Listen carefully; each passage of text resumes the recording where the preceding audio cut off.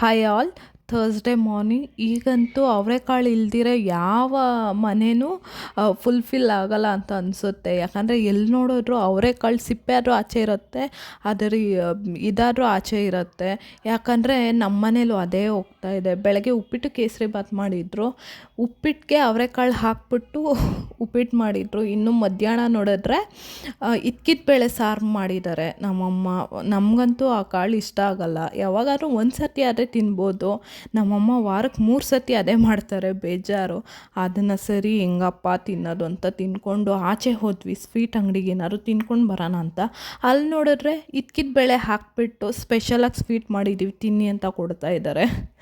ಅಲ್ಲೂ ಟೇಸ್ಟ್ ಮಾಡಿದ್ವಿ, ಬಟ್ ಅದು ಗೊತ್ತಾಗುತ್ತಲ್ಲ ಅದು ಫ್ಲೇವರು ಸರಿ ಅಂತ ಅಂದ್ಬಿಟ್ಟು ಮನೆಗೆ ಸಮೋಸ ಕಚೋರಿ ತೊಗೊಂಡು ಬಂದೆ. ಇನ್ನು ಚಿಕನ್ದು ಬ್ರೆಸ್ಟ್ ಇತ್ತು, ಸರಿ ಅದನ್ನು ಬಂದುಬಿಟ್ಟು ತಂದೂರಿ ಥರ ಮಾಡ್ಕೊಂಡು ತಿನ್ನೋಣ ಅಂತ ತೊಗೊಂಡ್ವಿ. ಅದು ಸೀರಿಯಸ್ಲಿ ಹೇಳಬೇಕು ಅಂದರೆ ಮಾಡ್ತಿದ್ದಂಗೆ ಅದ್ರ ಸ್ಮೆಲ್ಲೆಲ್ಲ ಅಷ್ಟು ಚೆನ್ನಾಗಿ ಬರ್ತಾಯಿತ್ತು. ಸೇಮ್ ಫಿಶ್ ಥರನೇ ಇತ್ತು, ಬಟ್ ಅದು ಮಾಡ್ತಾ ಇದ್ದಂಗೆ ಅಷ್ಟು ಚೆನ್ನಾಗಿ ಸ್ಮೆಲ್ಲಿತ್ತು. ಮಾಡಿ ಈ ಥರ ನಾನು ತೋರಿಸ್ತಾ ಇದ್ದಂಗೆ ಎಲ್ಲರೂ ಫಿನಿಷ್ ಮಾಡಿಬಿಟ್ರು, ಅಷ್ಟು ಚೆನ್ನಾಗಿತ್ತು ಅದು. ಈ ರೆಸಿಪಿ ನಾನು ನೆಕ್ಸ್ಟ್ ವ್ಲಾಗಲ್ಲಿ ಪೂರ್ತಿ ಹಾಕ್ತೀನಿ.